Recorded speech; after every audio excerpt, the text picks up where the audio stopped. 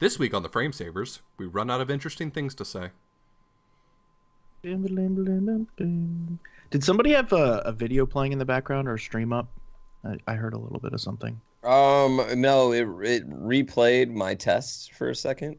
Okay, no, that's fine. I just want to make Yeah. sure so it doesn't like bleed in.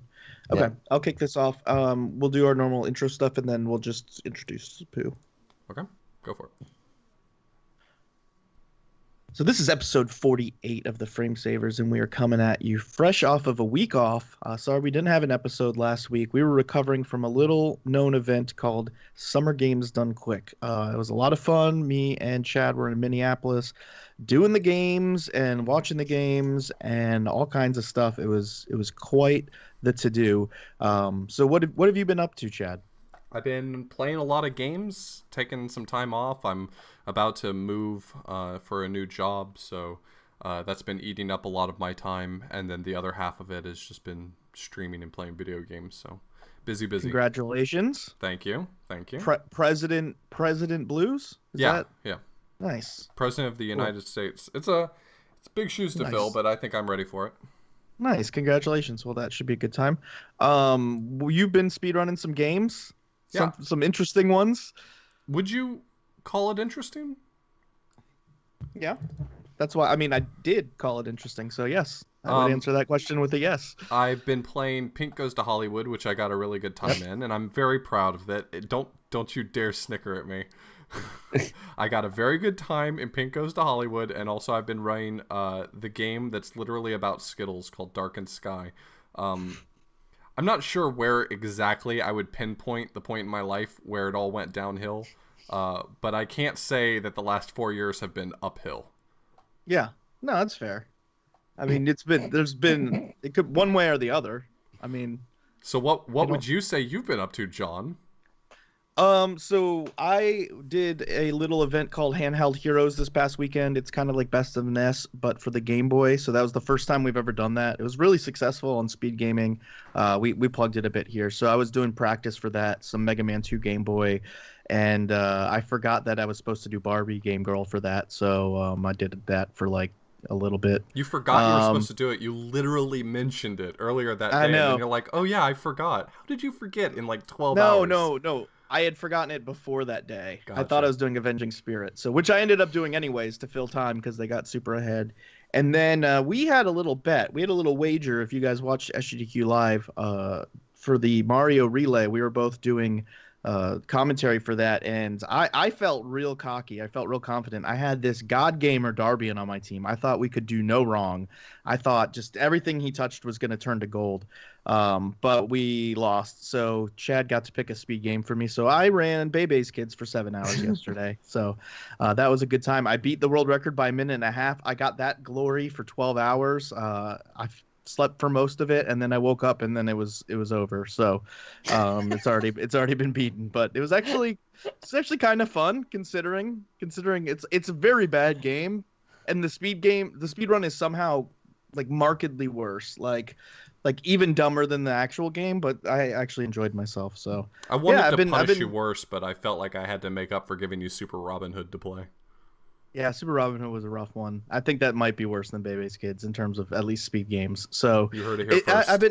I've been feeling a renewed sense of like excitement for speedrunning, so I'm really stoked about that. Like a lot of times we do this segment and I'm like, I haven't speedrun in like 3 weeks because I keep doing Game Boy Quest or watching The Bachelor or catching up on Gilmore Girls. So it's good to be running again. Let's mix up this intro for a second, though. Hold on a second. Yeah. We've got GrandPooBear here sitting in the sidelines. Woo! I want to hear what he has been speedrunning lately. So first off, what's up, GrandPooBear? Oh, how's everything going? Hi, guys. Funny seeing you here. Yeah. So what Mario hack of a ROM have you been speedrunning now that nobody knows about? Well, actually, lately I've been going back and trying to beat my Dram World record. I want to get a deathless run in before Dram World 2 comes out of any percent. And if I can do that, I'll probably beat the 100% record anyway too, because it's pretty free in the grand scheme of like, the two of us that play the game. Dram World 2 is supposed to be coming out real soon, isn't it? Yeah, Dream World 2. That's kind of why I went back. I'm getting excited for Dream World 2, so that's coming out. I've been playing Mario 3, going back to 100% Mario 3. Getting ready for Smash the Record, actually. I'm doing Mario 3 again there in a solo run. Very exciting. Yeah, What is so Smash the Record, and when is that going Smash on? the Record is September 14th, and it's like a Smash Brother tournament and a 4-day speedrun event, all smorgasbord into one. I mean, dare I say, orgy of gaming for the weekend? You've dared to say it. Perhaps the It's too best late. use of the word orgy I've ever heard. It's too late. Yeah. It's already happened. So I'm doing that. But yeah, getting ready for Dram 2, and I'm playing a little Mega Man Maker. Nice. That's been Yeah. fun. So yeah. One other thing that's been going on that I really want to talk about is that you started a rival podcast with us. I mean, not a rival podcast. We're not. Don't worry. We're not covering necessarily the same topics. I like to think of it as a friendly podcast where we can all work together in one harmonious area. You know. Agreed. Do you see yourself as more of the Jets or the Sharks in this? Yeah. I just want you to know that I'm going to dedicate myself to raising my children to hate your children, and I want you to do the same. I expect you to do the same. I feel like we're the Sharks in this situation, but I think everybody wants to be the Sharks. I don't think anybody wants to be the Jets. So I'd imagine you guys would also feel like the Sharks. Yeah. So that would be kind of awkward, to have two Sharks on either side. I kind of more think of it as a you got served situation, if anything, where it's both two very solid qualified dance crews, and one just happens to have Channing Tatum on their team that year. Okay. I gotcha. So one of the really cool things about this, I just listened to your third episode today, actually, and been really enjoying it. So a lot of the topics that you guys are talking about, I would kind of liken this to, we've recommended the CU podcast previously, and the CU podcast is, we did a sponsorship on there and stuff. It's kind of like the CU podcast, but you guys are in the Twitch community and in the speedrunning community, which the CU podcast just isn't involved in at all, completely doesn't understand. But like approaching like current video game events and current Twitch events, like from that perspective. And it's been really cool because a lot of the stuff that we, there's stuff that comes up that we kind of want to mention at the beginning of the podcast, or try and maybe pay homage to, like Mario Maker or Mega Man Maker, like you said, would be kind of something cool to mention in the open. But like, we don't really dive into that stuff because we have a specific kind of vision of just diving into the games and doing that. So it's really cool to listen to you guys kind of fill in a gap there. That is something that we've kind of talked about a bit, but haven't dove into. So it's really good. We really recommend it. Where can they find it? Tell us about it. Yeah, it's a Warp World podcast. You can find it at warp.world. I mean, in like you said, like, you guys already have the speedrunning covered, so we didn't want to just regurgitate your podcast every week, so we had to venture out and talk about the ins and outs of Twitch a little bit. We want to talk about the business of Twitch. The business side of Twitch really fascinates me, in YouTube and content creation, because it's kind of like something that no one really talks about. It's kind of like the unspoken rule. We even made a joke earlier before we went live that I would never make in public about the business side of Twitch, and it's, so that kind of fascinates me. So I do like talking about stuff like that, and just and gaming in general, of course, because gaming, there's a lot of news in gaming. A lot of shit actually happens. Stuff actually happens. Sorry. Yeah. Sorry. No, that's fine. And you what was I have the webcam in front of me. My language goes horrible. I was gonna say also, you guys do a bunch of hot takes. Hot takes. Yeah, you're like Stephen A. Smith over here. Yeah. I mean, we're adding in our hot takes situation. Well, basically, it's just there's a lot of outlandish tweets and things that people are just saying, so we want to kind of break those down, the hot takes on it. Yeah, I mean, I'm looking forward to listening to more of it. I actually was able to enjoy the first episode on my trip back from SGDQ, so I'm looking forward to listening to more of them. Oh, I've listened to all of them. I'm already caught up, baby. You guys are just sexy. You guys are just, I appreciate it. Warp really World, really recommend that. Warp super World fan podcast. John Carls. Yeah. What is it? Warp. What's the website? The podcast.warp.world, actually. Podcast.warp.world, which is it's an excessive amount of dots, but Yeah. you can get there, and then iTunes, Google, all those places you can listen to podcasts. But anyway, we're on the Frame Savers right now. Yeah. Let's talk, Definitely go Yeah. check that out. We have a friendly relationship with this podcast. We just want to give them a shout out. I really was enjoying it. But so this week we are going to be talking about SGDQ. All three of us got to hang out together at SGDQ a bunch of times.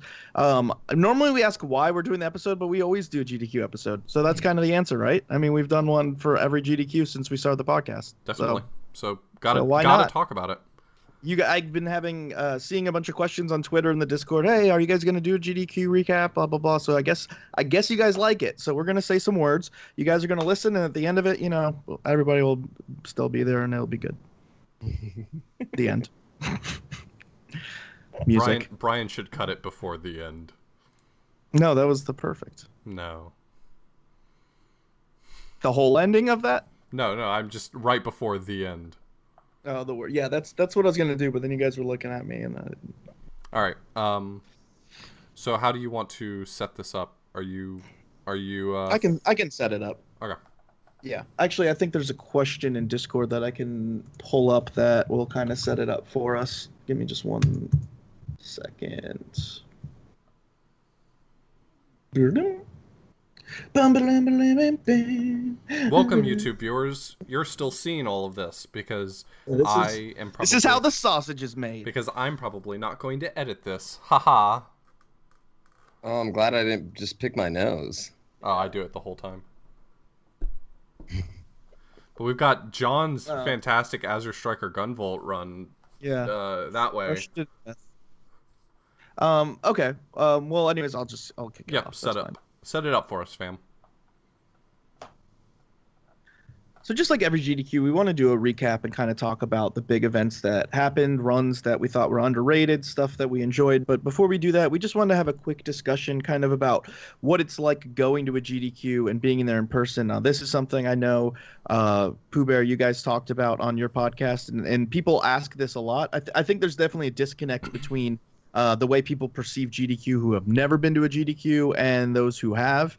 And there's a lot going on there that you just would never know watching online. So we figured we'd just talk about, I guess, what we did and kind of some of the fun side stuff before we dive into the games. So what did you guys do?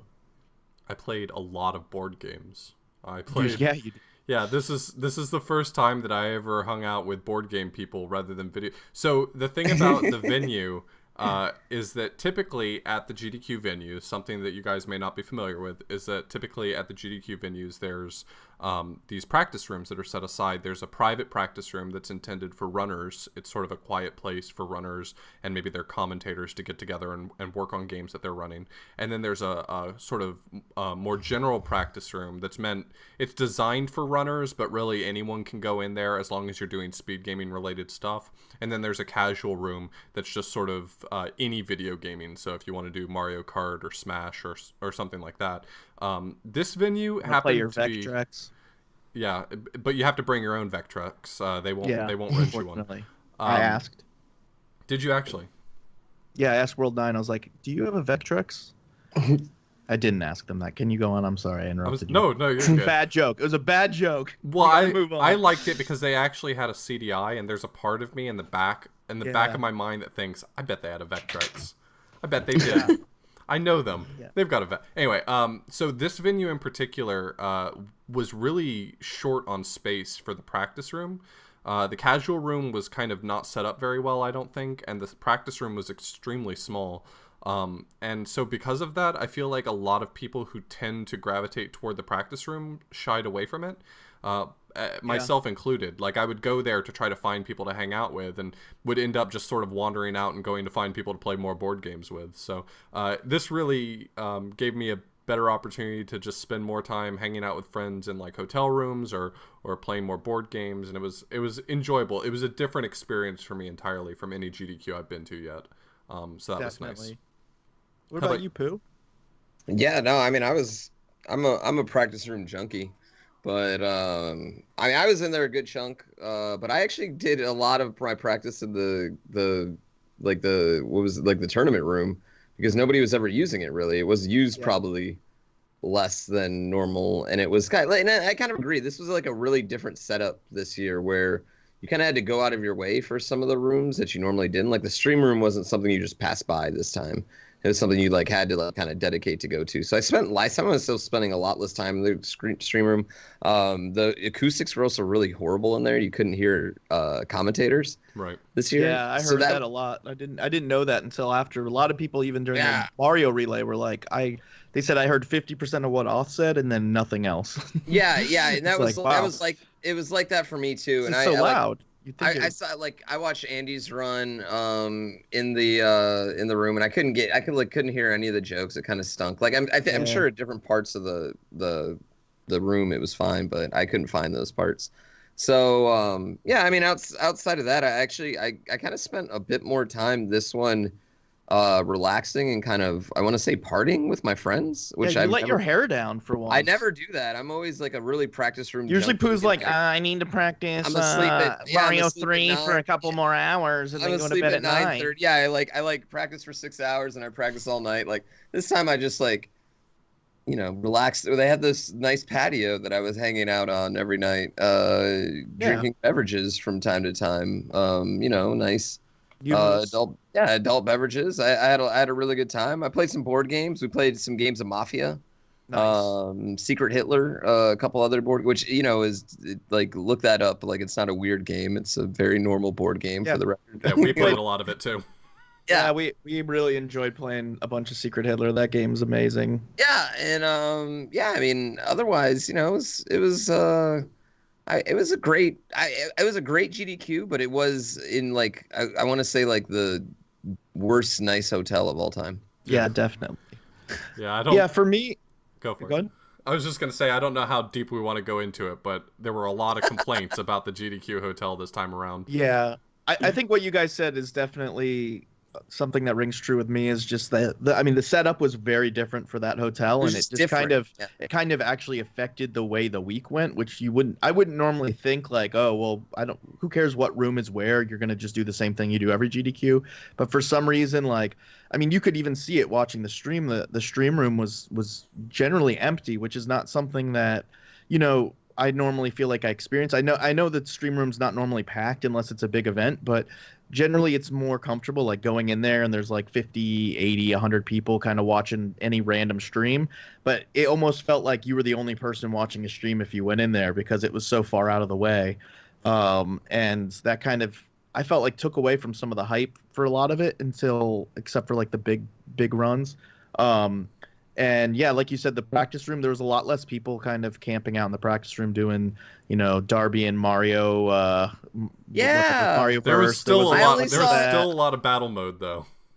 Was there? Yeah. I only saw him twice the whole time, like, which was kind of crazy to me. Like I figured I would have seen him more. Yeah, at AGDQ he was in the practice room 8 hours a day every day, just going hard on battle mode. Yeah. Yeah. Yeah, he probably reduced it. I mean, he probably reduced it to like 4 hours this time. Yeah. Yeah. For me, this will sound like a hashtag humble brag, like the kids say, but it was like definitely the busiest GDQ I've been to in terms of just stuff I had to do because I had 2 runs.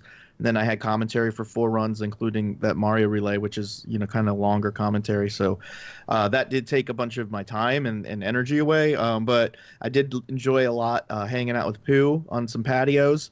I enjoyed playing Secret Hitler. We went and did some karaoke really hard one night for like 4 hours. The biggest karaoke bill I've ever seen. It was quite the event. So a lot of fun. It was just a lot more of a social one and less I don't know, it didn't feel quite as GDQ-ish, I guess. I don't know. I feel like everyone who explains the GDQ experience always has to do the normal explanation of well, just keep in mind that just because there aren't a bunch of people in the stream room doesn't mean that everyone's not really excited about the event. Just everyone wants to do other stuff. But this one seemed to go to the extreme with that one. There were quite a few runs that I like went back and watched. And if you go and watch GDQ VODs, the YouTube uploads always have like the first 10 minutes are just like shots of the audience. And there are plenty of VODs out there that have like 2 people sitting in the entire audience. And I mean, that's not all that unusual for like a 6 a.m. run or something like that. But Yeah, if but this you is go like back 2 and p.m. watch, runs. Yeah. if you go back and watch old SGDQs, you'll be hard pressed to find an audience that doesn't have at least a half a dozen people in it.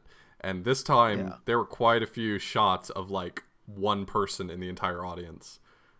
Yeah, I think it's just how it flowed though. Like literally, you never walked by the stream room and like, oh, this looks fun, because that's how a lot of runs I've watched over my time at GDQ happens. Like I walk into a stream and I'm like, oh, let's pop in, see what's happening. Then I get sucked into a run, and or then John Carls is singing Little Mermaid songs or whatever. Yep. Like and like you get kind of stuck, you know what I mean? And then before you know it, you're watching the full run, 45 minutes. Yeah, that's an excellent point. The last SGDQ hotel was set up in that way, where if you wanted to get to anything, you always had to walk by the marathon room. And so it was really easy to just sort of get caught in there. It's like, oh, something cool's going on right now. Yeah. Yeah, it didn't help. It was cool, but it didn't help that they, if you go to a GDQ, what they've been doing recently is putting the whole GDQ on the network, like the television network of the hotel. Yeah. And so it's really cool, but what you end up doing is you end up having drinks in your room with friends and just watching something in the background as opposed to going in person, which is cool. But yeah, even like, I mean, my Avenging Spirit run got bumped back to like noon. I'm like, oh, that's a good slot. But there's like 5 people there maybe, and I know all of them. I mean, there's probably good ways to fix this problem though. Like, why don't they have camera setups pointing at like the donation station, or camera setups pointing at the tech station? If it's 6 a.m. and there's no one in the audience, I think it'd be interesting just to watch the tech guys do their thing. Meandering around, poking at boards and stuff like that. Not to dive too into a rabbit hole, but you could put it on the board game area and it'd be like 24 hours a day. Yeah. My solution would be either put up some sort of curtains or something to make the room look smaller and put those down when, for bigger runs, or they could always go back to the old way they used to do things, where there's a couch and a backup couch and chairs, but that's separate from kind of the viewing area. And so it never looked empty, because I feel like when you look at it on the stream. Yeah, when you look at it on the stream, though, it looks so dead. And, I mean, it was a great event. It was a lot of fun. And so, like, I just feel like that kind of conveys something that, there was a lot of really cool runs we'll dive into. And so it just kind of always had that kind of cloud over it from what we're talking about. But really fun week with my friends. It made me socialize a lot more, I guess, and enjoy calling off a fascist in Secret Hitler, and it was a good time. To be fair, I usually was, so. Yeah, I don't know how you always got that fascist card, but definitely check out Secret Hitler. They need to make, I guess it wouldn't be as fun online.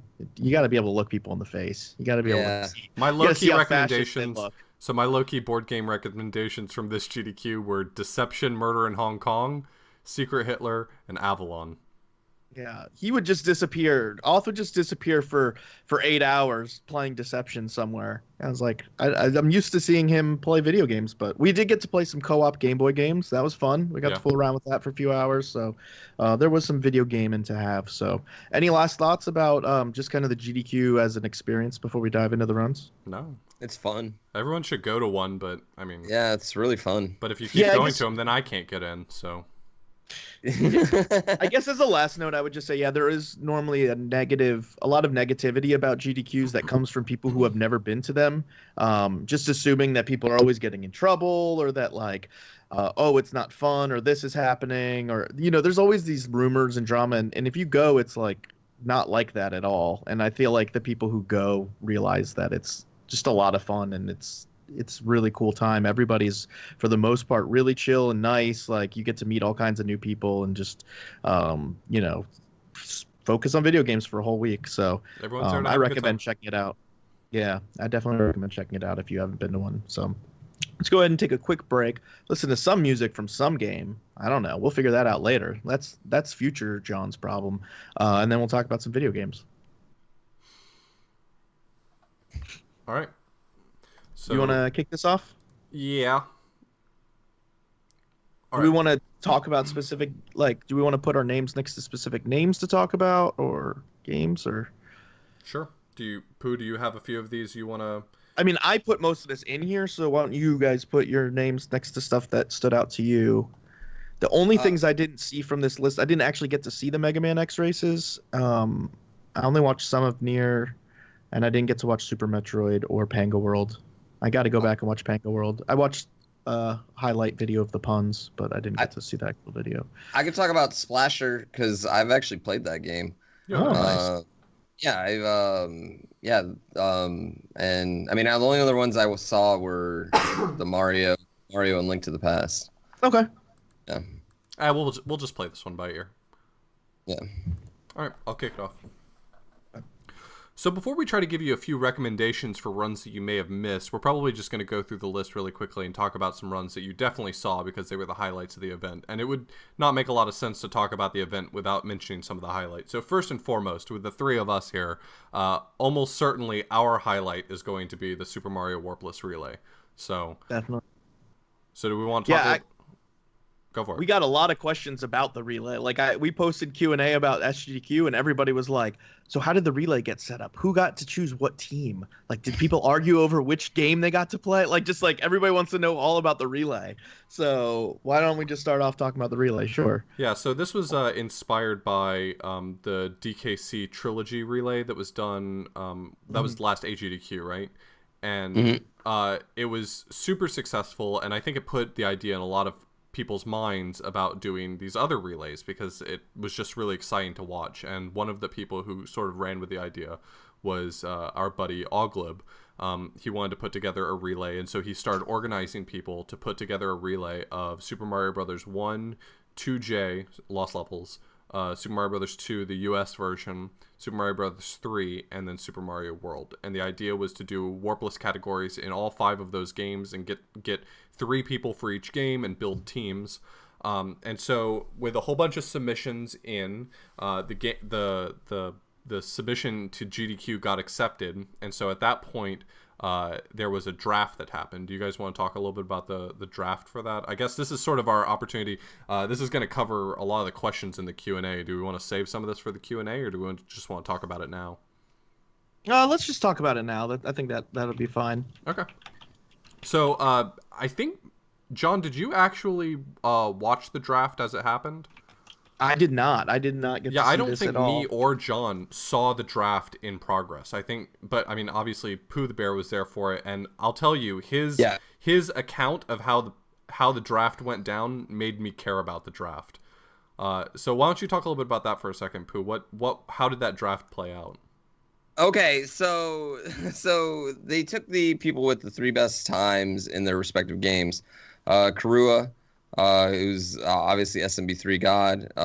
They had this guy named Darbian, who's pretty good at Lost Levels, from what I hear. And then they also had Cosmic, SMB1. Yeah, he's pretty respectable. He's going to be on ESPN. Anyway. Wait, is he really going to be on ESPN? He was already on ESPN, actually. What? We were already, yeah. Anyway, moving on. They all drafted, and Cosmic got the first pick. Darbian got second pick. Karua got third pick. But you couldn't draft a guy from your own game. So like Karua couldn't draft me because I was playing Mario 3. Darbian couldn't draft, Supersonic or Reiku. Same game, obviously. So Darbian actually made an interesting choice. He picked me second, but he could have picked me 5th on the back round because after that Karua got 2 picks. So he kind of like wasted a pick there, and then he did the same thing on the next round. So he kind of like in a weird way, Darbian kind of got like almost, I don't want to say stuck with his team, but he kind of got stuck with his team. You know what I mean? You're saying he could have built a better team. You were on that team. You can't say that. I was on that team. I would have been on that team regardless. I'm not going to say anything because here's the thing. In my mind, Darbian just is obviously knows he's so good that he was just trying to give everyone, make it as fair as possible for every other team. Agreed. And with all due respect, with such a close race happening, it was 43 seconds over 5 games. And very well could have been much closer with a few minor things here and there on all sorts of teams. I mean, he did a good job, He made a good, fair team, yeah. I don't think we've said explicitly. We've definitely alluded to it, so if anyone cares that much, they can work it out for themselves. But in the interest of anyone who wants to watch it, and you should watch it, because it was a really close relay race. The end result, all 3 teams were, within 3 minutes of one another? Something like that? It ended up being super close, but in the interest of not spoiling it, we won't say who won. but it was a really good relay race. If you watch, Well, you already know my team lost because I had to play Bebe's kids. So, but it was yeah, really that great. was, I mean, Team Birdo had Pooh on it. I'd just like to say Darbian, first 2-time guest on the Frame Savers. GrandPooBear, second 2-time guest on the Frame Savers, falling in his lineage. Both Team Birdo. Just saying, there's a reason for that. It's a team of greatness. I wonder who's next. So, I don't know. We haven't had anybody else from there on there, have we? We've had Lack on. We've had some people from the other teams, so That's not true. on twice. Not on twice. Not so good that we want to know on twice. We'll see. Best what we speedrunner do. in the world, Lack. Just kidding. Lack's the best. But the relay was really awesome. A lot of fun. It was shockingly close the whole time. I mean, we don't have to dive into every detail of it, but just starting out, like Lack put up a ridiculous like a 1940 in SMB1 and just like really set the tone, and like Mr. Cab put up like a low 20, and then like everybody was just trading back and forth, but nobody ever pulled away by like several minutes. Really, it was close the whole way out. One of the things that made the that was relay really so cool. special was that it nicely featured a variety of different strats. So for almost every single game, every single person on all 3 teams were using completely different strats, which made it, I think, from a viewer perspective, really interesting, because it's not like you're seeing the next player on another team, coming up behind playing exactly the same way. You still have a compelling reason to watch all 3 players, even if you're only really focusing the most on the team that's winning, for instance. Yeah, that's a really cool part of the race. That's kind of a weakness of races, is that like, we really enjoyed the AGDQ Link to the Past race. That was like one of my highlights, and you have like 4 of the best runners there, but they're all doing the same thing throughout the whole game. There's only a few variations in minor strats. This was like huge difference in strats. Like, oh, he's going to use Fireflower the whole game, and this person's going to try and stay little the whole game. And that just really did make a whole big difference, and it was almost like not just the people were competing, but the strats were competing. Like you were representing your strats, like our boy Pooh Bear represented the Hammer Brother strat, and just made it prove that it's the best strat, right? I don't want to talk about that. That whole run, though, I mean, that was fantastic. I love you. It's so I mean, if you've ever watched anyone do Hammer Brother strats in SMB3, you have to hold on to that one power up for so long. Yeah. I mean, just making it however far he made it, maybe all the way to the end with the Hammer Brothers suit is crazy. Yeah. Anyway, it was a good race. It was really fun. It was a great race. I think it was awesome. I hope they do more relays and more games. And beyond that, I hope we could do the Mario one again, because I think we could consistently put up close races. And let's be honest, people want to see the Mario games. We can just bang them all out in a quick 2-hour period. Like, that's not bad. It's also fun because everybody has their own different streams and communities, and so you could tell with the donations, not only did it definitely stoked a lot of donations, but like people are getting into it because they are big Darbian fans, or they're big Cosmic fans, or Lack, or Pooh. So like people are excited, like, oh, go Team Birdo versus go Team Boom Boom or whatever. And it was I thought that was a lot of fun, more so than most races where it's just like, oh, this individual. It was like people were into a team. I don't know. I liked it. I thought it was a really cool idea. Glib did an amazing job organizing it. So huge shout outs to him. And I think it was probably the highlight of GDQ. If I can say one more thing, like being on a team made it so much more fun. Yeah. And made it feel more intense. Like us in the back when we were watching the other guys race, like it was like, we're like it was really intense, and like my heart rate didn't stop the whole time. I bet that table talk was really interesting. Just the whole time, everyone's really focused on how their runner's doing at that time. I guess I've already heard tell from a lot of other communities with the success of the DKC trilogy relay, and then the success of this one. I'm already hearing rumblings from specific communities about future relay submissions, and honestly, I think this is exactly the direction GDQ should be wanting to go. It gives them an opportunity to show off a lot of really great series in a compact and fascinating way that gets people really excited. I think that this is working really well. Yeah, way less setup time. You could do like a Mega Man relay, I mean, Mega I Man X relay, personally, a Zelda relay, classic Zelda I'm a relay, all kinds huge of stuff. fan. I'm a huge fan of DKC 1. I don't care anything about DKC 2 or 3. I just have no nostalgia Yeah. for it. I never played them. When that relay was going on, I was glued to my seat. I cared. Yeah. So, Yeah, it's pretty cool. And I guess we didn't mention, but me, Chad, and Chad's lovely girlfriend who was on the podcast, Sky, were the three commentators, but we were also assigned to different teams. And so like that kind of made it fun for us as well. And people were asking us how we got assigned to our teams. I don't know. I ended up with getting the leftovers, but the only team I wanted, I literally said, the only team I want is the team with Darbian on it. And then I found out Darbian was on my team anyways, and my boy GrandPooBear. And I was over the moon. I was over the moon. I had my two favorite people. I had a So. lot of faith in Karua, and Sky was the first one to lay Yeah. claim to a team. And then I was like, she didn't take Karua's team. I'm taking Karua's team. So, I mean, So, you had to have faith in Karua, like, you know. he seems like he's good at the game. He seems Karua's like he good can at play a games lot of well. things. Yeah, I he's watched really him. I watched him God's learning speedrunner. Super Mario Brothers 2 in the practice room, and he was pulling off strats that even I can't do. And I've been speedrunning that game for a while, so he's just like naturally a good controller holder. Yeah. So Yeah. in terms of just the brevity of the, keeping this thing flowing, that was definitely the best event. Go back and watch it, listen to all of it, and just pick a team and get just attached to them, and then you have 2/3 of a chance of your heart being broken, just like real sports, but better odds than normal. So, what other events stood out to you or runs? There's a lot of.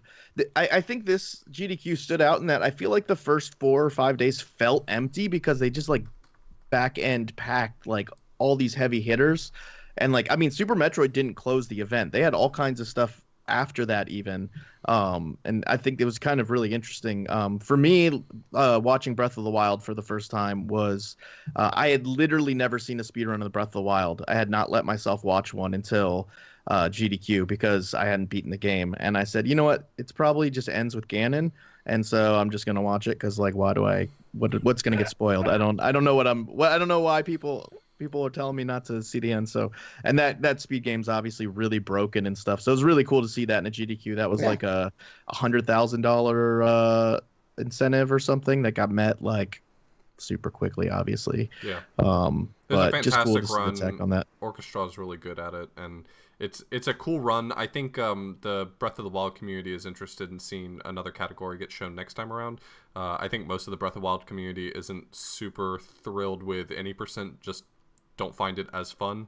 So I think that there's probably going to be a big push for something like all dungeons or all main quests next time, which I think would be a great showing. A nice 3 hours to explore that game. Yeah. I mean, All Dungeons is like at 208 right now with the world record. Like that's an easy 3 hour estimate that is not bad, And the All Dungeons, like it's really, really cool run. I mean, the 80% run, it's like the problem with it is it's like you have some cool speed tech and then you're fighting an end boss and then it's just and then you're just like you're done.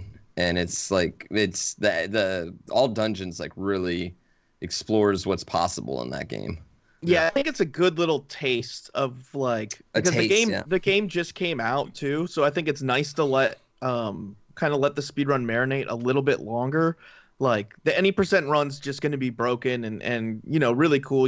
If you've watched it, you can use the abilities to basically hit trees and just fly on them across Hyrule to wherever you want and all kinds of stuff. But I think giving those extra 6 months, I bet a lot of strats and a lot of refinement will come to the run before it's really exhibited. But that game is one of the best games I've ever, maybe the best game I've ever played in my life, to be honest. So it'd be really awesome to see a full run at GDQ. But it was nice intro. What other runs stood out to you guys? How about Super Metroid? Instead of getting our normal any percent fare, we got low percent ice, which was kind of a nice change. Yeah. It was really fun to watch. I don't know. I mean, obviously we've talked over and over on this podcast about how me and John don't really know anything about Super Metroid.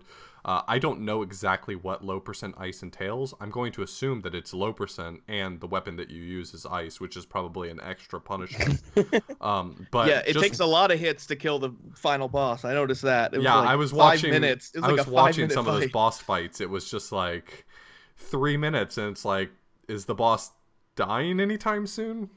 But Yeah, I mean, it had its normal track record. I mean, people hate on Super Metroid, but honestly, so many other games give you the courtesy of forcing you to save more often. Super Metroid, it's just a time sink, so a lot of people choose not to.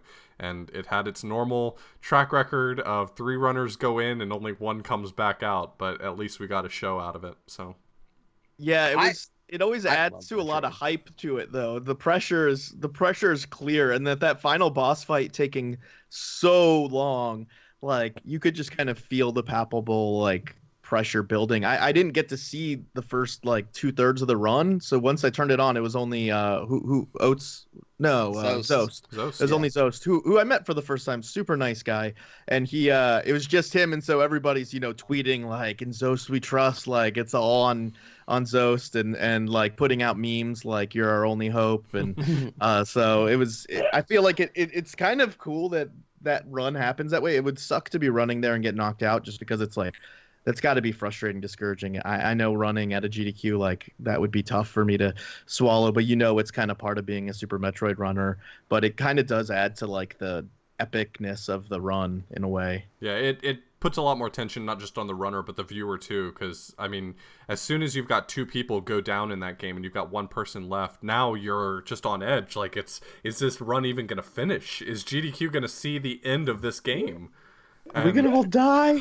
It's gonna happen. I feel to like us we if do it that. I doesn't feel like finish. every year we do that where we're like, oh my God, this is going to be the year that they all 3 die or they all 4 die. And every year they survive, So Yeah.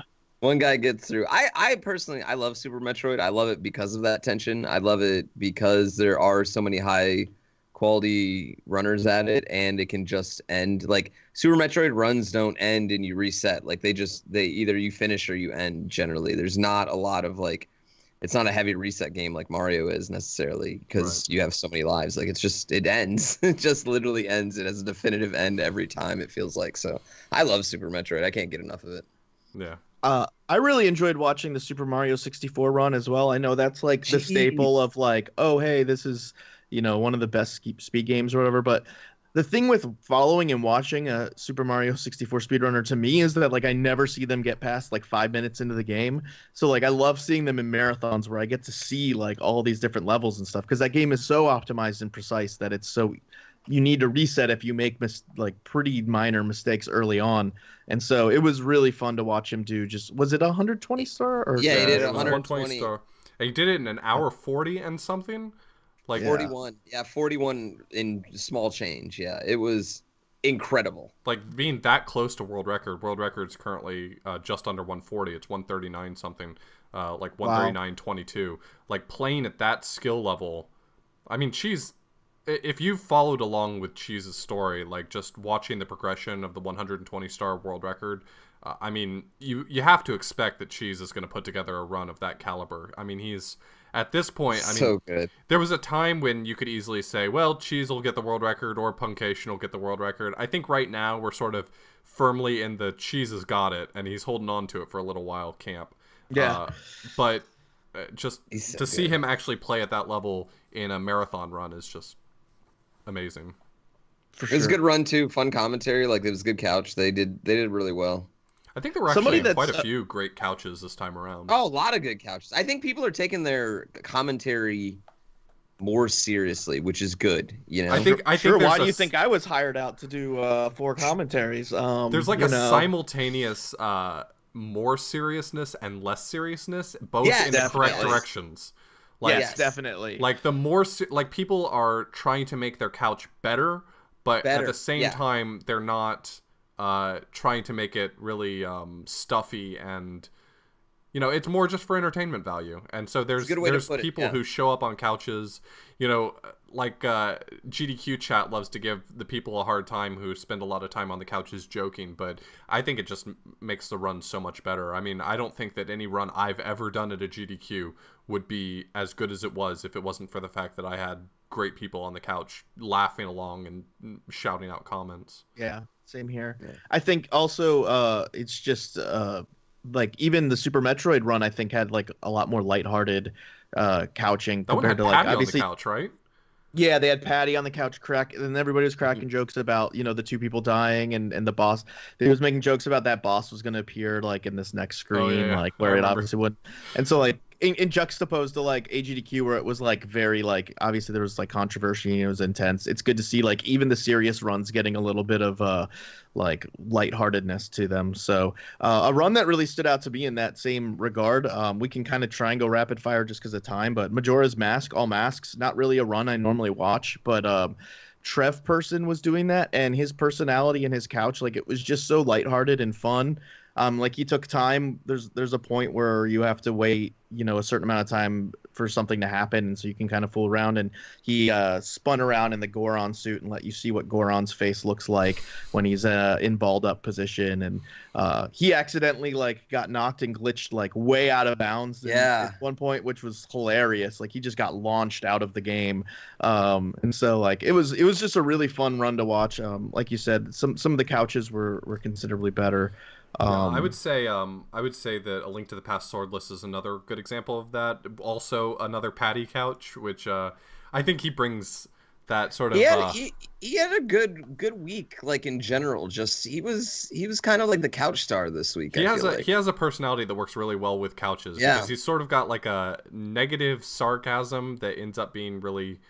It fits well with the people that he ends up usually couching for. Yeah, and he fits in the show, but he doesn't steal a show either. Yeah. Like he focuses on the runner. He's really he's really great at it. Like top notch. On that point, the A Link to the Past Swordless run.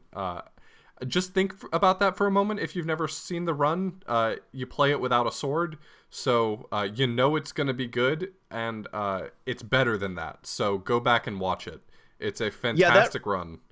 I haven't gotten to see it yet, but I've watched small portions. But Andy is like the biggest showboat when it comes to glitches and like showing off like how to break Link to the Past. And that's not an insult. It's amazing. And so like he doesn't normally get to like exhibit that. Like he will do like some little thing or a couple things during normal no major glitches runs. Like he'll hover over something, or like if he dies or finishes first, or early, then he'll show off some stuff. But this is just full of like game breaking glitches, and that's like perfect for Andy because he's so good at glitching that game out and doing so much awesome stuff. So that's a really good one. I think he actually messed up too kind of early in the run, which I could be wrong on that. I think they might have joked about it, but I think he messed up and had to kind of reroute a really? little bit too. Yeah, which was kind of nifty. Like Even he more came impressive. back inbounds. Yeah, he came back inbounds a little early and just kind of had to did one thing out of sequence. But yeah, we'd probably be yeah, go for it. Oh, I was just going to say, I think one of the big things that stood out when the GDQ list came out, and we talked about were the long RPG runs that were accepted. There was a 8-hour Final Fantasy VII run, which unfortunately I didn't get to watch because my flight was a day earlier, but I went back and watched a bit of it. Ben did a replay of it on his stream. I watched a bit of it, but he got a 7:48, which is just, it's crazy that time is something you could do in a marathon, considering when I started watching that run, 3 years ago, it was an 8-hour run, world record. And that's 12 minutes faster as a marathon. But I saw some funny parts of that, some squats, some different just silliness going on. It was a lot of fun. And then Chrono Trigger and Earthbound, two games people really love to watch speedrun. I didn't get to catch much of these because I've never beaten either of these casually, actually, which is kind of sad. But did you guys get to catch either of those or Final Fantasy VII? I saw some Fuzzy of Pickles. Earthbound. Yeah, I saw Fuzzy some of Pickles. Earthbound. It was a good run. Yeah. Earthbound, actually, there's a character named Pooh in there, and my community banded together and named that character Melvin, which is like my alter ego, which I do on stream really randomly. So that was like a really cool thing for me. So I watched the entire Earthbound run, and I love Earthbound as a story. I hate it as a game. Like I would much rather it be a Telltale game than have to fight all those characters and then horrible combat. Yeah, it's kind of one of those games that's better if you have a lot of nostalgia for it, which I don't. Like I tried to play it in college and I got about halfway through the game and I was like, I've seen plenty. But I had it as a kid, and I went back and tried to play it, and I was like, this is brutal. I'm not playing this. I the think nostalgia didn't get me through either. one of the things that I really do like about Earthbound is it has some really fascinating glitches, but this one in particular was a glitchless run, so for me that was a little bit of a knock on it, but it's still an awesome game, and it's an awesome speed run. Yeah. It's just not really up my alley. Yeah. It was fun, though. The incentives, a lot of the incentives this year were fairly creative, and I really liked that they took full advantage of these long RPGs and like even naming the characters. Like normally that incentive is just really dumb and I don't care, but for something like Final Fantasy VII where you're watching it for 8 hours just to see your characters renamed like Beefaroni and like I don't know, I just thought the whole thing was hilarious. You got Pooh. Our friend Yuna donated money from an event that we threw for her, and Nala Smug was character. Just I don't know, I thought it was fun. I liked that. Yeah. And also fun, Kingdom Hearts. I don't know if you guys watched that, but lots of songs. Like, you think I sang a song once at a GDQ. This was like a whole Broadway show of songs, and I kind of liked it. A whole new world, if you must. I thought it would be, cringy, but I like really enjoyed it, and it was like 6 or 7 people participating. I don't know. I thought it was pretty cool. I really enjoy Kingdom Hearts speedruns, and this is one of the ones that I haven't gotten a chance to go back and watch since I've been home. This one, and the other one that I'm really looking forward to getting back to is to see Nier, which was the GDQ Nier opener. was awesome, yeah. And I would have watched it in person, but I was traveling at the time. That's with our buddy Half Coordinated. He played it one-handed, and he is an amazing speedrunner, an amazing person, and I will tell you that my experience with Nier in terms of the GDQ was sitting in an airport and just scrolling through my Twitter feed as artists were drawing pictures of Got to Be Radical. It seems like every single GDQ there's some sort of thing that takes off on Twitter. There's some sort of trending topic on Twitter that everyone jumps in on and bandwagons, and this was the one, and it made my 4-hour layover in an airport absolutely magical. So thank you to Half Coordinated for that. Yeah, he actually asked for pictures in the middle of his run smartly, you know. And it's just like watching him play a game like that, one-handed, is just like, I don't know. You would never know it was one-handed if he didn't have a camera on his hand, and it just, I can't express how incredibly talented he is. Yeah. I mean, if you don't know him, he has a physical limitation, so he can't play two-handed, right? Right. And somehow he's just so good. And he specifically chooses games that allow him to remap controllers in ways that are convenient for him, and so that's sort of his brand is sort of raising awareness of making games more accessible. You know, he's working on making live split color layouts that are color blindness friendly. There you go, John. You finally get a W in that column. I don't know what green splits and gold splits are. I have never known, so I made mine blue and gold because I don't know. And then he specifically speedruns and seems to try to highlight games that the developers go a long way to making as accessible as possible. And so that's really good, and it gives him the opportunity to still speedrun even with his physical limitation. Yeah. And I just wanted to point out, probably one of the highlights of my GDQ was just getting to hang out with him. We went and got 5 guys, me and Chad and him, and he's just like one of the nicest people I've ever met, like in the world. And he's just such an inspiring person. You made some joke about him like always hugging everybody, and I was just like, he is a blessing to our community. I'll leave it at that. It's too good. He's too good. So why don't we close out with a game that GrandPooBear got to participate in on the couch, Mr. Panga World.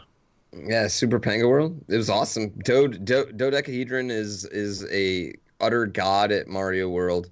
I would put him as one of the top 5 Mario World players, which, knowing how many Mario World players are out there, that's incredible. And he has maybe the best eyes. Best all around. Like, oh man, his eyes are so dreamy. I know. No, it was an incredible run. It was fun. He had a clear vision for his run. He told his couch what he wanted the run to be, and we were there to assist him. And I thought it was a really great, fun run. And beyond that, I love that GDQ is seeming to like really open themselves up to like ROM hacks essentially. You know what I mean? Like, let's see our same games remixed. You know? Yeah. Definitely. Yeah. What happened with the puns? I mean, Carl had his group. He had literally had a crib sheet on his phone of puns, and you can't see it on the video, but every once in a while he's checking his phone to see what level he's on, and he's got a pun for the first half of the level, pre-checkpoint and everything. Yeah. And because in this game, like, you can die a lot, so we had a lot of like shticks that we never got to do. Because Doe just Doe just like murdered the run. He did way too well at the actual game. So and then in the end, Carl ended up having to pay a lot of money for all of his puns. He paid. He chunked out. I think we just our couch alone, was like almost $2,000 total. Carl was half of that himself with 1,000. So I mean, like, it was fun. That was like our karaoke bill. Carl's got all that YouTube money, man. He's not hurting. 4,000, 5,000 viewers. Like, he's fine.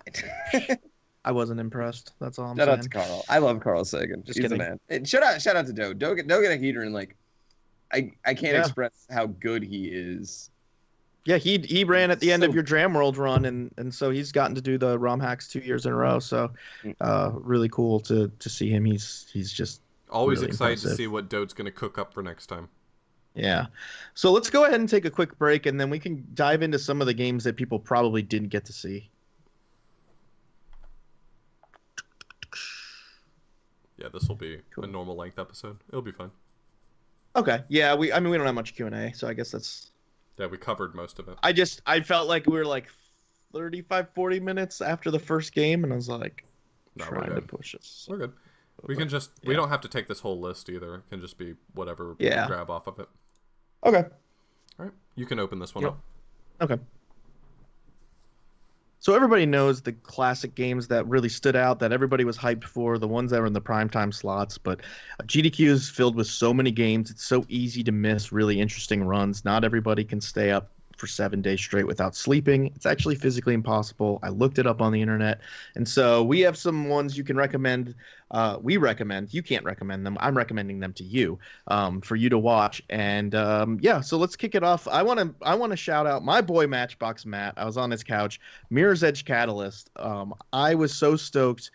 Literally when GDQ submissions like went live, like the games I was rooting for most were all of my games because I'm a selfish person, and then Mirror's Edge Catalyst and Wanda Gamelon. Those were like the games. Those were the two games I didn't submit I was rooting for most. So I was really stoked that this got in. I love watching Matt run this.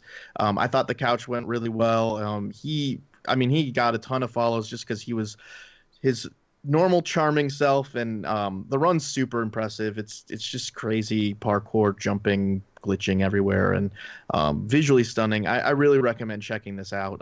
I think it also was just a really, really solid run.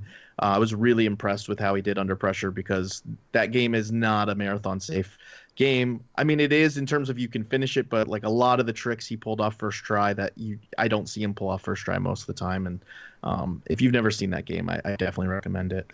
Yeah. Well, let me jump in then. I'm going to recommend Tiny Toons Adventures Buster Bust Loosed. That one's by, I believe, Namix. He has the current world record, and he improved the world record by quite a lot over an already optimized run by basically taking a whole bunch of strats from the tasks that no one was really interested in doing and implementing them in his run. And he jumped from a 12-minute world record in that game almost entirely by a minute to an 11-minute world record, which the gap between runners is usually very small. So saving a whole minute over second place is huge. And it's crazy. I think what makes this run in particular special is that he didn't hold back. He went for all of the task strats. He pulled off the crazy stuff right there in front of everyone at GDQ. I don't know if he's run at a GDQ before, but if he hasn't, that makes it all the more impressive, because the sort of things that you have to do in Buster Bust Loose includes, if you want to get optimal mini games, you have to land these like crazy 3-frame tricks with almost no visual cue, and he skips a huge segment of one of the stages by basically doing these repeated frame-perfect jumps for like 30 seconds straight. So the fact that he was able to pull that off at a GDQ just speaks volumes to his skill as a runner, and it's an awesome game. If you've never played it, it's a great game. I'm gonna recommend Splasher. It was awesome. It was a great run. And the runner didn't need a couch. He's also flew all the way in from Europe, so definitely give him love. Beyond that, Splasher's just a really cool game. It's kind of like Meat Boy meets like the parts of Portal that is like the end of Portal where you have like spitting out like the 3 different things you can either like ride on or slip on or whatever. It's just like a really cool 2D platforming game, and it was awesome. It was just a really great run. I can't express how cool it was. Yeah, I didn't know anything about this game. I'm buddies with Q, the guy who who ran it, and he's an awesome member of the speedrunning community. He does a lot of stuff on Twitter and works with speedrun.com. But I didn't know a lot about the game, and I watched it, and it was just fascinating. At first I was like, the sort of game that I thought it was, this sort of like indie small scale game. I was like, I don't know how that got into a GDQ. And as soon as I watched like the first 3 minutes of it, I'm like, I know why it's in here. I see it now. Yeah, I'm gonna have to check that out. I haven't even heard of that. It's such a fun game to play casually. I played through it casually actually, and this is actually a funny story. They actually sent me a key and wanted me to make a video, and were trying to offer me money to make a video of their game, and I was like, no, because I never do that. I just always say no. I ended up using the key because like free key, and I played the game. I ended up making videos anyway for it because it was such a good game. Like it was just really, really fun. So awesome. They save money by making a good game, I guess. Like I hope other people did that same thing. Like it was awesome. It was just a really good game. Definitely. This isn't one of mine, but mentioning Portal, somebody did beat Portal 2 with 2 characters. I don't know, like 2 keyboards. He did the co-op run by himself. The category was called co-op solo. Yeah, Portal 2 has a co-op mode where 2 people can play to work together on the puzzles. He just did it by himself. In some stages, he didn't need the help of the other player, and in some stages, he would just alternate back and forth between the characters to end up getting through the puzzles. But it was nonetheless quite interesting. It was a donation incentive. It got pulled from the roster and then re-added later, but it raised a ton of money, and he did the run, and it was fascinating. Okay, I think you all know I like weird and silly stuff, so I'm going to shout out 2 runs that were ridiculous and definitely were not in because of necessarily their speed tech or how, optimized the runs were. But I Am Bread is a game where you're a piece of bread and you have to become toast.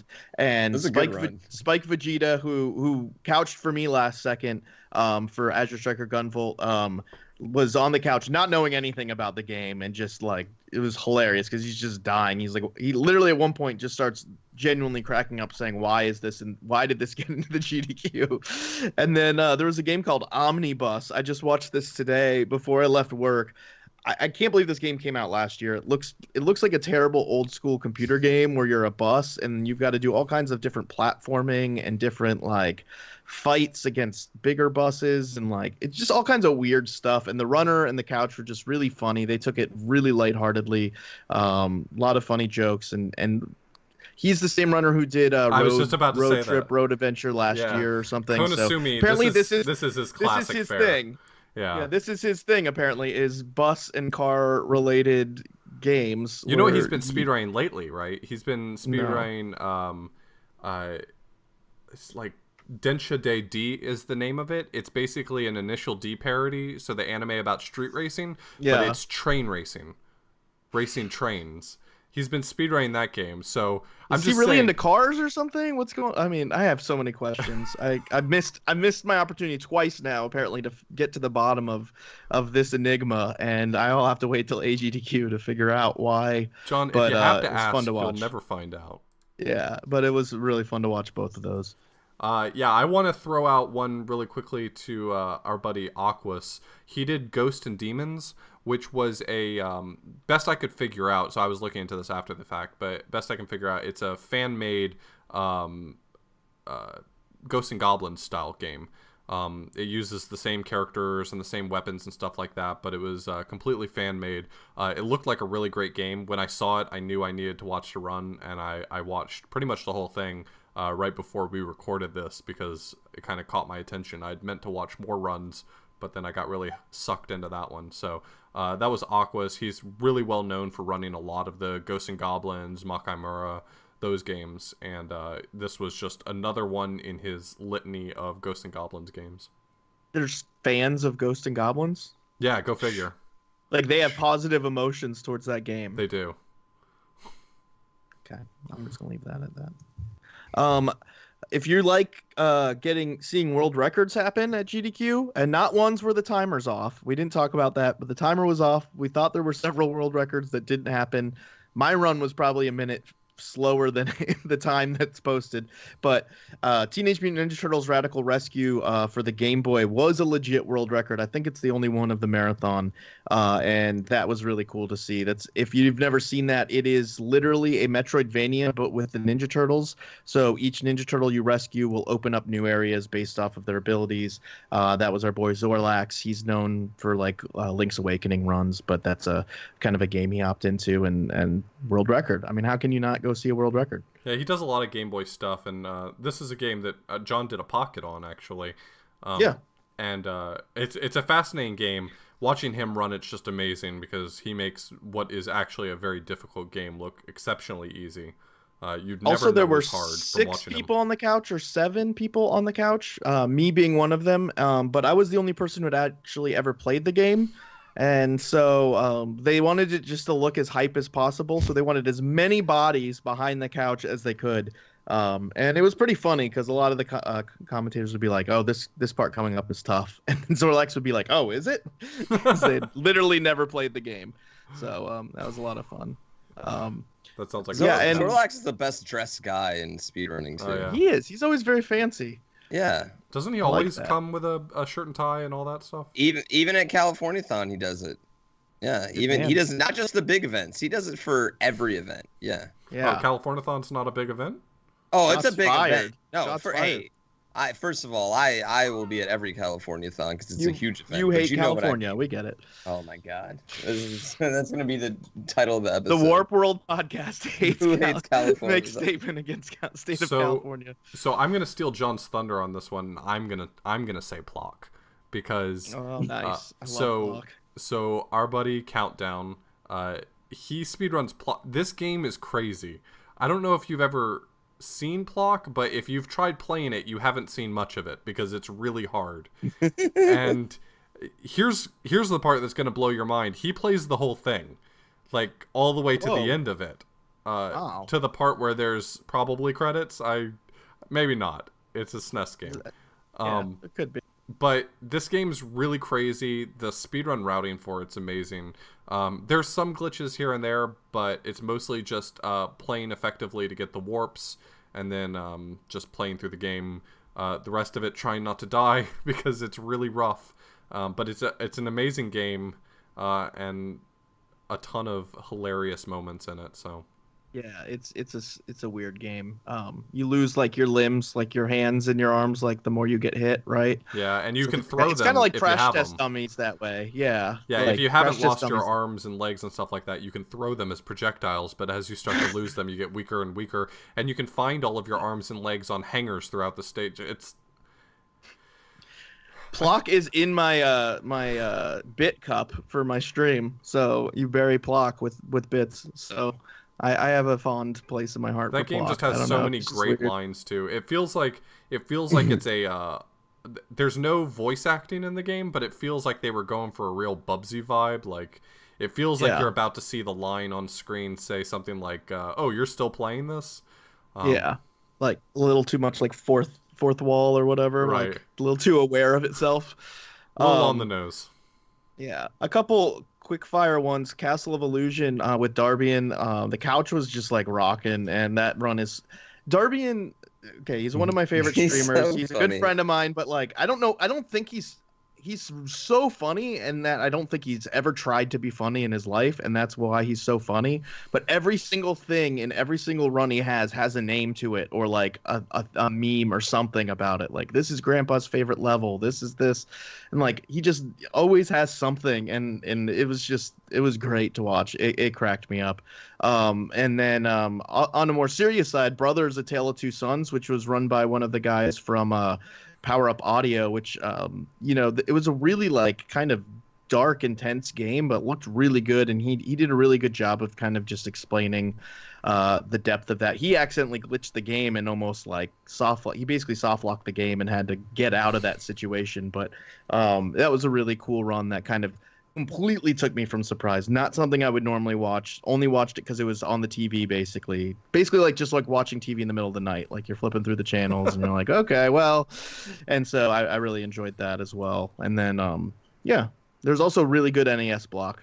Yeah. Really good NES block. Our boy Toad showed up. He did Jackal and G.I. Joe. There was a Bucky O'Hare sighting. Marble Madness from our friend Ellipsis. You know, if you got CV3. Yeah, if you've got 2 minutes and 40 something seconds, you can watch Marble Madness and move on with it. So that was good. Yeah. And then I put my own run on here like a degenerate, but I did PB. I did PB at GDQ. So John did a really good job on Avenging Spirit. That's a tough I thought game. it was a fun run.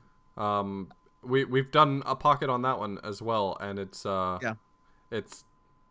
really sort of low key tough. Like the game is really it's the easiest hard game I know. And John did a really good job. He played the good ending because he ended up being forced to play the good ending. So yeah, the good ending's like way harder than any percent, and I didn't realize they were gonna switch it to like a straight. I thought it was a bid war, but they made it an incentive, which means it was going to get met. And so I had only completed one run of good ending when I submitted, because I submitted any percent, and then you can submit multiple categories. And I said, well, it'd be interesting if there's a bid war between Save the Frames and Save the Girlfriend, because you save your girlfriend in the good ending, and then maybe people could bid into that. And so good ending got met, and good ending's really hard. So I was really happy that I got a PB in that. Yeah, it could have definitely that game gone is a lot worse. harder. Yeah, that game is a lot harder than it looks, and like I think Azure Striker Gunvolt looks way more impressive than it actually is. So it's just kind of like reverse roles, like in terms of like nobody's going to be impressed by that. So, but yeah, I was really happy about that. It was good to see still another representation of some Game Boy games. There was Kirby's Dream Land 2, there was Teenage Mutant Ninja Turtles 3, and there was Avenging Spirit. So, you know, got to have some Game Boy in there. Always be good to see more Game Boy. Yeah. Any other ones that you guys got off the top of your head, or? I'm trying to think of some other runs that I might have missed. I mean, I think all of us kind of have playlists on YouTube to like go back and watch stuff. I watched a lot this week. I caught the Might and Magic 6 run. Okay. And that series is like, it wasn't like the run itself. First of all, was completely broken, and he's just like, they're like traveling through walls. You can't even pay attention to what's happening in any shape, form, or fashion. But the two guys explaining it, A, you could tell they really love Might and Magic. Like, really, really, really love Might and Magic. And B, the lore in that game is so outlandishly amazing. I don't want to spoil it for you because they do a much better job explaining it. And they're also they're dead serious why it's happening, but it's like one of those things where I think they were so serious that it made it so funny to me. I don't know, like I loved it. I loved the Might and Magic. That actually reminds me, I don't remember who the runner was, but the guy who played Diablo 2 Assassin. That was actually really good. He intentionally decided, despite the fact that there were people available, he intentionally decided to have no couch. So for what was like a 2-hour run, he was there completely by himself, and it worked perfectly. He doesn't need a commentator. He's really hilarious, capable of commentating his own runs. Yeah. He had a joke. Was the Doctors Without Brothers joke on purpose? Was it a joke? Was it not a joke? It was a joke, and everyone missed it, but it was hilarious. He was going on and on about how grateful he was to have about how he feels really bad about all these doctors that don't have brothers, and then he stops for a second, he checks his earpiece. Oh, Doctors Without Borders. Okay, disregard everything I said. So they didn't actually say anything. They didn't say anything. I gotcha. But everyone missed that joke. It was hilarious. It was like in all the quote-unquote cringe videos, or like the funniest moments of GDQ, and I laughed every time I saw it. Everyone was pointing out that video of like GDQ staff's overreach and how they're big bullies not letting him whatever, and he comes out on our speedrun and says, guys, there was no one in my earpiece, it was just a joke. Yeah, people don't get either those places. Either everybody's being too serious, or they're not having or they're being too funny. Like, I don't know. You can't win. You can't win with those people. You can't win. But Yeah, I can't wait to go back and watch a bunch of stuff. I do like watching those like Elder Scrolls and Might and Magic and weird runs like that. Not I would never intentionally go out of my way to watch them, but I'm usually drinking drinks with friends in the hotel room and it comes on and they're always so broken. Like everybody's always running out of bounds and doing so much. There was the one last year where somehow the boss is in the beginning of the game and you get the whole village to kill him by getting a bunch of aggro. Yeah. What was that called? Two all of them are Worlds? just so weird. Why are those games so weird? That all game- of that the is so fantasy world fantastic. games just are so broken, and I don't. Maybe it's on purpose. I don't know, but I So should go basically, look in at. short, if you can find any game with Dr. T Chops or Patty on the couch, that's a run that you should watch. Both Yeah. of those guys are couch highlights. I was thinking about that when we were mentioning our speedrun hates everything that's happy. I was thinking about how much they despised Dr. T Chops, despite him being a breath of fresh air on the couches. So Plus anything I was on the couch for. Let's be honest. that's true. All four of No, those. nobody agreed with that one. Okay, that's fine. I Mario Relay was good. Mario Relay was good, despite my presence. So let's go ahead and take a quick break, and then we can answer some Q&A. Sound good? go for it. Go. Um, So we did Dorkmasters. kind of did, yeah. Q&A there. We can leave Mr. Pazix and talk about that one. Oh, how does he pronounce that again? Pizak? Pizak. Yeah. Yeah. This one, Space Cow, that's a question Pooh needs to answer. Yeah. I don't know. That's the answer. I don't know. So that'll go over well.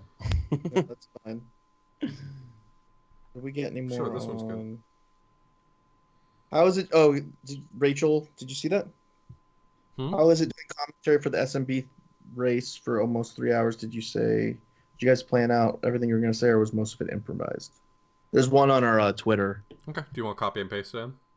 I can't remember the password on my computer. It's fine. Can you I'll pull it up. And then how were teams determined? We already did that. And then that was it from there.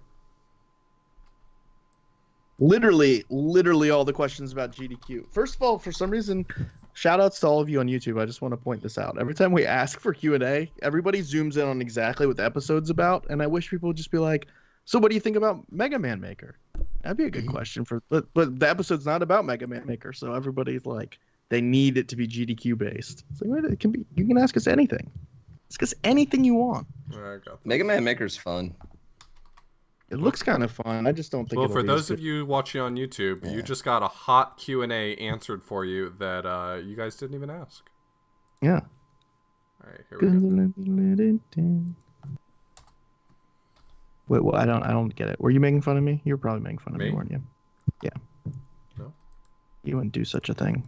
Never. All right. I'll Yo. kick this off. Babies, kids. All right, I'm kicking it off. All right, before we wrap up this episode, we're just going to answer a few of the questions that you guys asked for us. Skipping through a few of these, we got a lot of really interesting questions, and a lot of them were actually about the Mario Warpless Relay, and so we folded a lot of the answers to those questions into our actual discussion about the Mario Warpless Relay, so we'll be skipping over some of them. So first off, Mr. Pizak asks, were there any disputes or contention on who would play which games? Did people volunteer for games and get what they wanted? I can't speak to this, but I'm pretty sure most people only submitted one game for the relay. I would imagine Darbian probably made himself available if needed for Super Mario Brothers 1, but I think he was the only one who really spanned over games. I think Dots are cool. Also, was a backup runner for SMB2 if something went wrong. I think that's correct. Because there was a plethora of Mario World guys that could have been in there.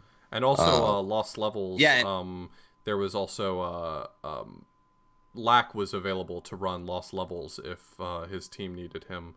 But we ended up having Raiko Rider play instead.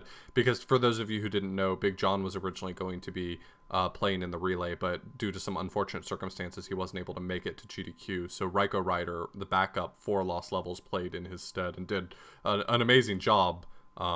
Really good job. He was clutch. He was really good. Really impressed with his performance.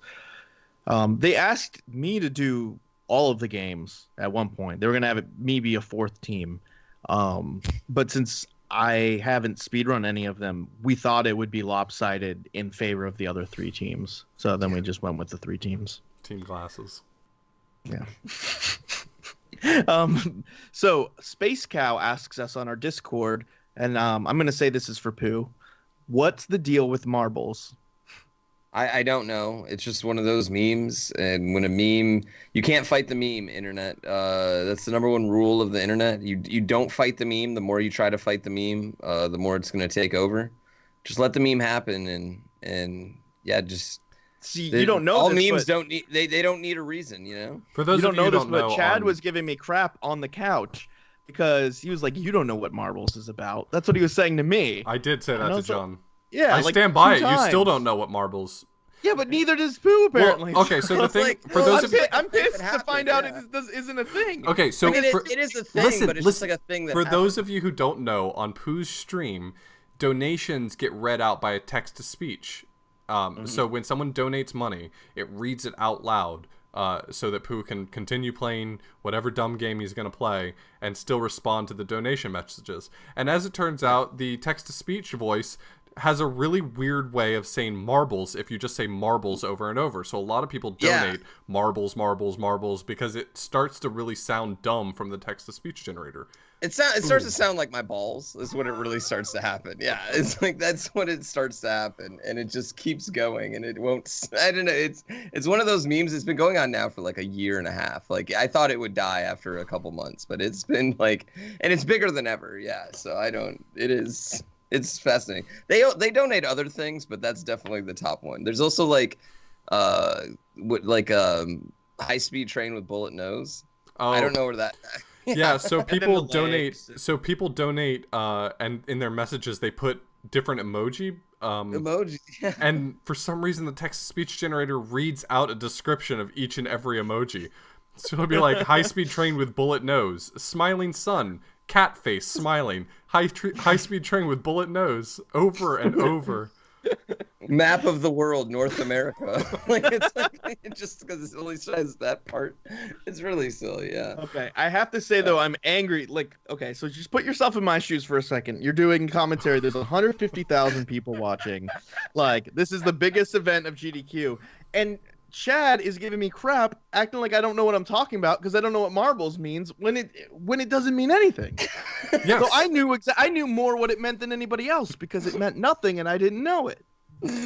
Hey, he deservedly gave you the junk because if you didn't know, you know what I mean. It's just something you kind of got to be there for, I guess. You know. Okay, I have to say this funniest comment, only comment about the commentary on the YouTube video for GDQ was, what's the deal? Does the guy in the blue shirt hate the guy in the red shirt? Their chemistry sucks. And it was about Hoth and I. I'll and answer yes. I replied back, I said, we have a podcast together. But yes, we hate each other. Yeah. I hope he's a listener and he's now a he's sub. a Patreon. Okay. Next question from Mr. Pizak. Was there anyone you were excited to have finally met? I know you guys have been going to a lot of these, but I'm sure there's people you always miss meeting. For me, Half Coordinator was the first one that I would say. I haven't met him yet. I know you guys know him better than me, and so it's really cool to get to hang out with him and just, get to just eat some burgers. Yeah, I've met him before, but I never got a chance to really spend any time with him, so this was a really nice treat to get that opportunity. Also, I had never really gotten a chance to spend any time with Andy, and I finally got a chance to spend a few minutes talking to him. That was really nice. At most of these things, if you don't necessarily run in the same circles as other people, usually meeting them consists of stopping and having a 10-minute conversation or just saying hi. So when you get the rare opportunity to have a nice little 10-minute conversation with someone that you don't really get a chance to talk to very often, it's really nice. So, like, I saw Andy right before his Swordless run, and we chatted for like 10 minutes, and it was nice to get a chance to finally meet someone that I've been sort of more or less interacting with for a number of years. I'll say meeting Carl Sagan was really cool. I've given a lot of jokes and crap. I don't know him very well, but I know Pooh, and I know everybody in Pooh's chat seems to like Carl Sagan more than they like him. So I don't know why they're in Pooh's chat. But I was like, oh, this Carl Sagan guy must be really cool. So He was really nice. I liked hanging out with like Dorkmaster Fleck. He's somebody who watches my stream, and his brother also was there. His brother said he's a normie, claimed himself to be a normie. He doesn't stream. We're trying to change really, that. really cool to hang out with.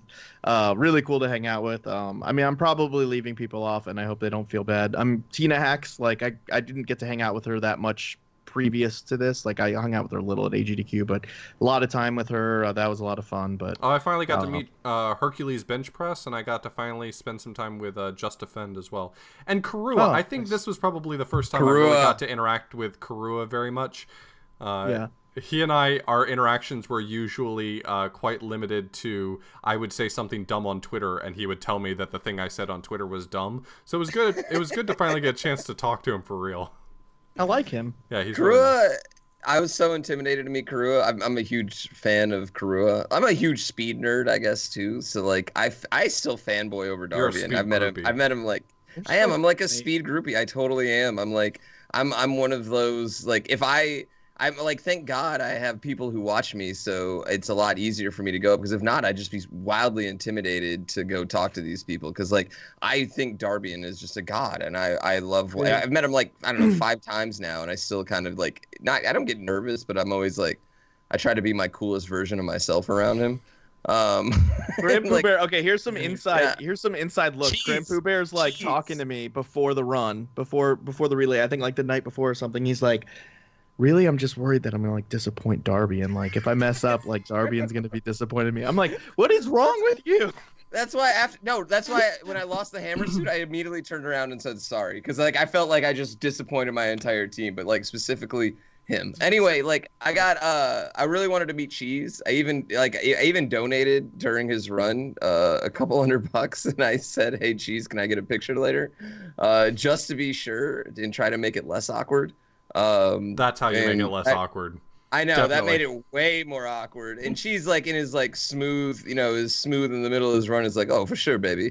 Like, like in the most cheese way possible. But I only got to meet him for a second, because it was after his run, and it was, like, I went up to Cheese and shook his hand like really confidently, thinking he was somebody completely different that I actually knew, and then just like walked away. And I was like, oh wait, that was somebody else, and then I realized it was Cheese. Oh wow! Like literally, like he's like in the practice room, and I'm like, oh hey, what's up, Cheese, and shake his hand, and then I was thinking it was somebody else, so that was kind of funny. But I'm the opposite of you. I literally don't think anybody on Twitch is famous. Like, not even one person. So I don't care. I don't care about they're famous. I mean, it's not like Karua's famous, but he's just so good at the game that like I'm in awe of people's gameplay from time to time. It's funny how in speedrunning, a lot of times the way popularity or fame, to use those words incorrectly, but the way those are earned is by being good at your game, rather than just being, it's a very different community than, you look at any other gaming community, and your popularity is usually related to just how likable of a person you are,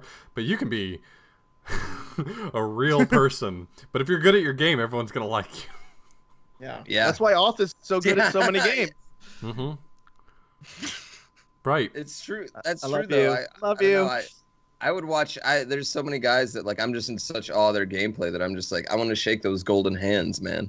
I just don't care. I just don't care. I'm just like, you're just another person. You're above it. I don't know. You're above it all. If you're a jerk, then I don't care if you're good at games, and if you're nice, then I don't care if you're bad at games. See, like I don't want to even get to know some of them enough to find out they're a jerk. Like if you don't want to look behind the veil. I didn't want to. I don't know. Like Darbian does dry cleaning. I do dry cleaning. Exactly. So we had another question from Best Thing Around on Twitter. She asked, how was it doing the commentary for the SMB race for almost 3 hours? Did we plan out what we were going to say in advance, or was it improvised? I would say that this is probably one of the rare exceptions to my commentary, at least. Usually when I do commentary, I learn as much as I can about the game, and then I just sort of wing it. But I think this is the one that we planned the most in advance, which was kind of nice.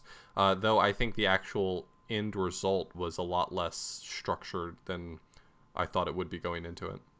Yeah, I mean, I think this is differently answered by me versus you versus Sky, probably. I mean, I never plan out anything I'm going to say for commentary, except unless I have one or two jokes that I feel like pop into my head at some This point. one's a real then I'll gem. say them. It's a zinger. But, I'm saving it yeah. for later.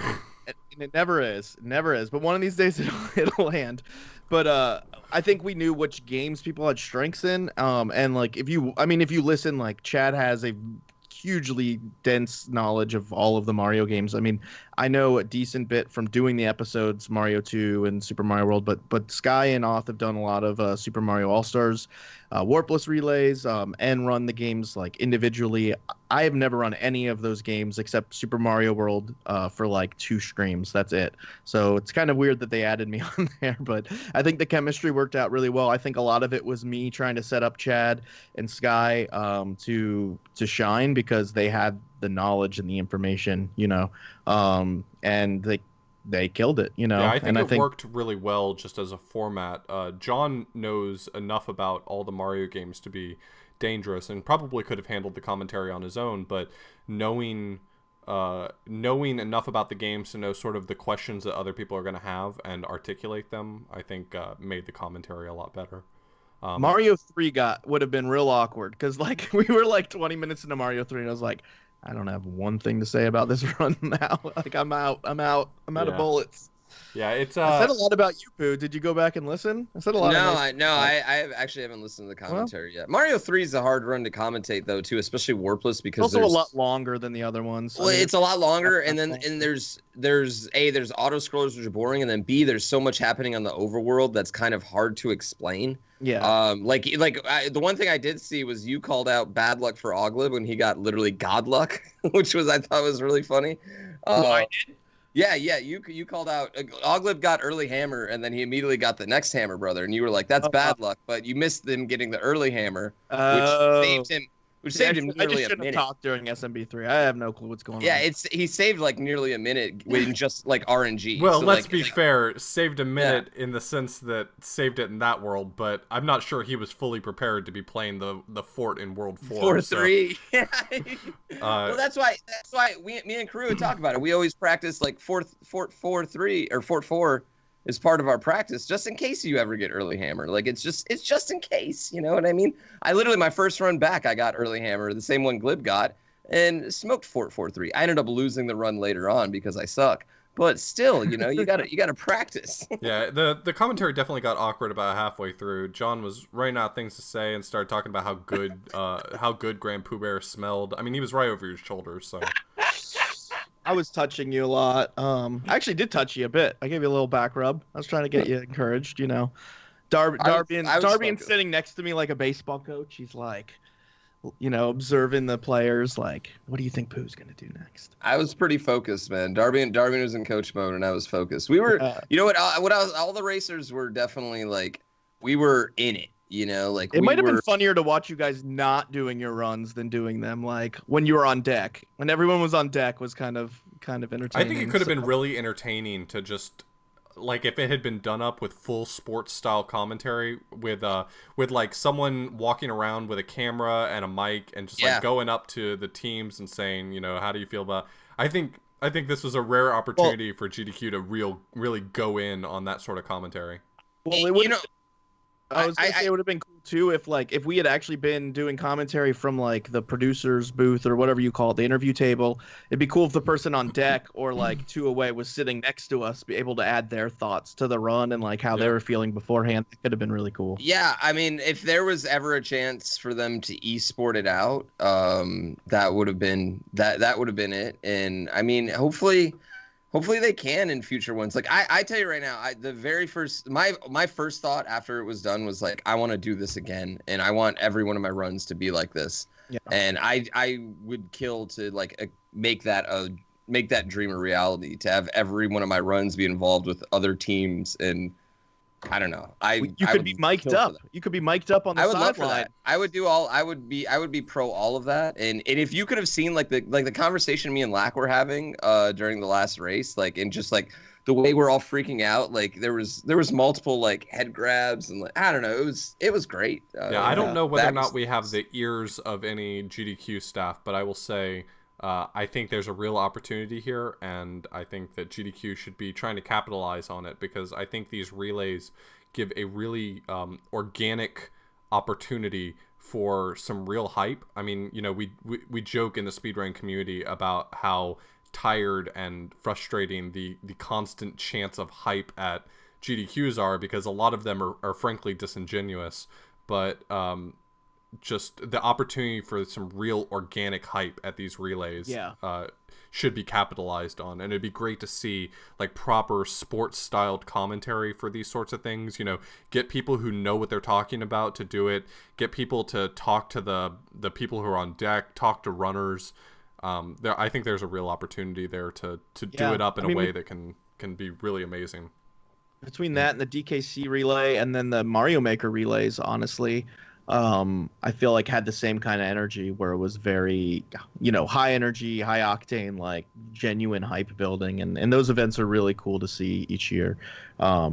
So I think that's all of our Q&A. But I want to find out where we can find GrandPooBear if people are looking for him on the internet, not in person. YouTube, Twitch, whatever. GrandPooBear, no H, no underscores, no nothing. Just Grand POO Bear. You can find it anywhere. Twitch, YouTube, Instagram, all that jazzy stuff. Use the Google podcast. Wherever you, not Facebook, anywhere but Facebook. And when you plug that podcast again, where's that? And where's that podcast.warp.world, the Warp World podcast. You can find it on iTunes and everywhere else. If you're listening to this, you probably know where to find podcasts, though. Nice. Yeah, definitely check that out. If you like us, you'll probably like them. So speaking of finding things, you can find us at theframesavers.com. You have links to all of our Discord, our Twitter, all of our stuff there. I want to give a special push just to our Patreon because of GDQ, and we, you know, you might have started listening to us because of I did an interview and got to plug the podcast, or maybe from somewhere else from GDQ, maybe handing out cards or whatever. Our Patreon's gone up, and we are now $17 a month away from hitting our $150 a month goal.